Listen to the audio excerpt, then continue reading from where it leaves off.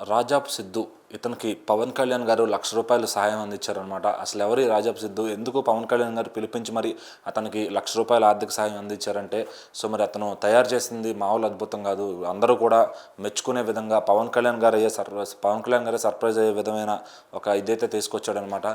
బ్యాటరీతో నడిచే ఒక సైకిల్ని ఆయన తయారు చేశాడు. అది బ్యాటరీ 3 గంటలు ఛార్జ్ చేస్తే 80 కిలోమీటర్ల వరకు ట్రావెల్ చేసే విధంగా దాన్ని అయితే రూపొందించాడనమాట. అతని అద్భుత సృష్టి చూసి పవన్ కళ్యాణ్ గారే ఆశ్చర్యపోయారు.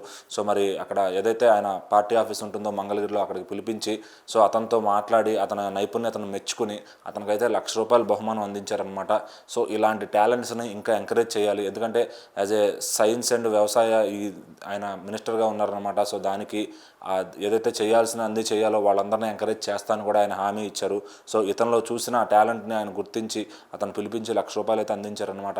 ఇతననే కాదు, ఇంకా నెక్స్ట్ ఎవరెవరైతే ఇట్లా కొత్తగా ఇన్నోవేషన్స్ తీసుకొస్తారో, ఎవరైతే క్రియేటివ్గా ఆలోచిస్తారో, అది రాష్ట్రానికి ఎంతవరకు పనికి వస్తుంది అనేది ఆలోచించి వాళ్ళకి తగిన బహుమానాలు సత్కారాలు ఇవ్వబడతాయని చెప్పి కూడా ఆయన చెప్పారనమాట. ఖచ్చితంగా నా తరపున నేనైతే వెతుకుతాను క్రియేటివిటీ కోసం.